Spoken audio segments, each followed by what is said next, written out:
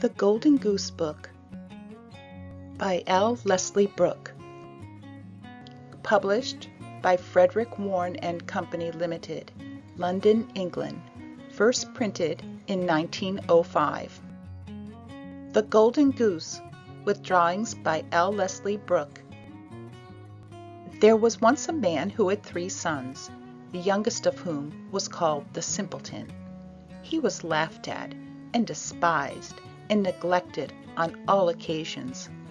Now it happened one day that the eldest son wanted to go into the forest to hew wood, and his mother gave him a beautiful cake and a bottle of wine to take with him, so that he might not suffer from hunger or thirst. When he came to the wood, he met a little old gray man, who, bidding him good day, said, "Give me a small piece of the cake in your wallet, and let me drink a mouthful of your wine. I am so hungry and thirsty." But the clever son answered, "If I were to give you my cake and wine, I should have none for myself, so be off with you."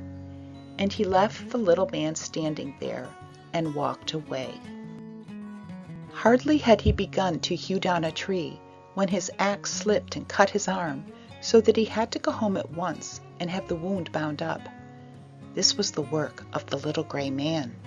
Thereupon the second son went into the wood, and the mother gave him, as she had given to the eldest, a sweet cake and a bottle of wine.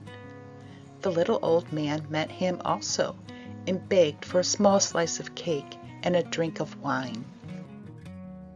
But the second son spoke out quite plainly, "What I give to you, I lose myself. Be off with you." And he left the little man standing there and walked on. Punishment was not long in coming to him, for he had given but 2 strokes at a tree when he cut his leg so badly that he had to be carried home. Then said the simpleton, "Father, let me go into the forest and hew wood." But his father answered him, "Your brothers have done themselves much harm, so as you understand nothing about woodcutting, you had better not try." But the simpleton begged for so long that at last the father said, "Well, go if you like. Experience will soon make you wiser." To him the mother gave a cake, but it was made with water and had been baked in the ashes, and with it she gave him a bottle of sour beer. When he came to the wood, the little gray man met him also, and greeted him, and said, "Give me a slice of your cake and a drink from your bottle. I am so hungry and thirsty." The simpleton replied, "I have only a cake that has been baked in the ashes, and some sour beer, but if that will satisfy you, let us sit down and eat together." So they sat themselves down, and as the simpleton held out his food, it became a rich cake, and the sour beer became good wine. So they ate and drank together. And when the meal was finished, the little man said, "As you have a good heart, and give so willingly a share of your own, I will grant you good luck. Yonder stands an old tree. Hew it down, and in its roots you will find something." When it fell, there among its roots sat a goose, with feathers of pure gold. He lifted her out, and carried her with him to an inn, where he intended to stay the night. Now the innkeeper had 3 daughters, who on seeing the goose were curious to know what wonderful kind of a bird it could be, and longed to have one of its golden feathers. The eldest daughter thought to herself, "Surely a chance will come for me to pull out one of those feathers." And so when the simpleton had gone out, she caught the goose by the wing, but there her hand stuck fast. Shortly afterwards the second daughter came, as she too was longing for a golden feather. She had hardly touched her sister, however, when she also stuck fast. And lastly came the third daughter with the same object. At this the others cried out, "Keep off, for goodness' sake, keep off!" But she, not understanding why they told her to keep away, thought to herself, If they go to the goose, why should not I?" She sprang forward, but as she touched her sister, she too stuck fast, and pull as she might, she could not get away. And thus they all had to pass the night beside the goose. The next morning the simpleton took the goose under his arm and went on his way, without troubling himself at all about the 3 girls who were hanging to the bird. There they went, always running behind him, now to the right, now to the left, whichever way he chose to go. In the middle of the fields they met the parson, and when he saw the procession, he called out, "Shame on you, you naughty girls! Why do you run after a young fellow in this way? Come, leave go." With this he caught the youngest by the hand and tried to pull her back, but when he touched her, he found he could not get away, and he too must needs run behind. Then the sexton came along and saw the parson following on the heels of the 3 girls. This so astonished him that he called out, "Hi, Sir Parson, whither away so fast? Do you forget that today we have a christening?" and ran after him and caught him by the coat, but he too remained sticking fast. As the 5 now ran on, one behind the other, 2 laborers who were returning from the field with their tools came along. The parson called out to them and begged that they would set him and the sexton free. No sooner had they touched the sexton than they too had to hang on, and now there were 7 running after the simpleton and the goose. In this way they came to a city where a king reigned, who had an only daughter, who was so serious that no one could make her laugh. Therefore he had announced that whoever should make her laugh should have her for his wife.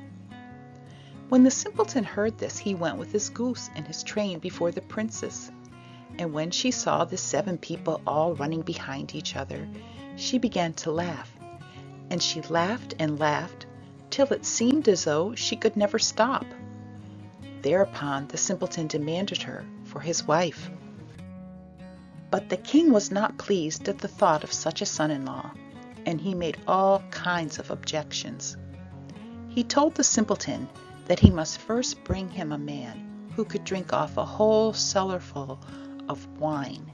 At once the simpleton thought of the little gray man, who would be sure to help him, so off he went into the wood.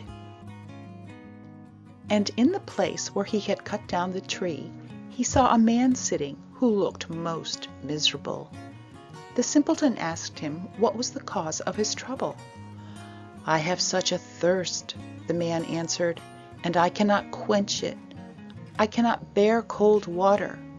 I have indeed emptied a cask of wine, but what is a drop like that to a thirsty man?" "In that case I can help you," said the simpleton. "Just come with me, and you shall be satisfied." He led him to the king's cellar, and the man at once sat down in front of the great cask and drank, till before a day was over he had drunk the whole cellarful of wine. Then the simpleton demanded his bride again, but the king was angry that a mean fellow everyone called a simpleton should win his daughter, and he made new conditions. Before giving him his daughter to wife, he said that the simpleton must find a man who would eat a whole mountain of bread. The simpleton did not stop long to consider, but went off straight to the wood. There, in the same place as before, sat a man who was buckling a strap tightly around him and looking very depressed.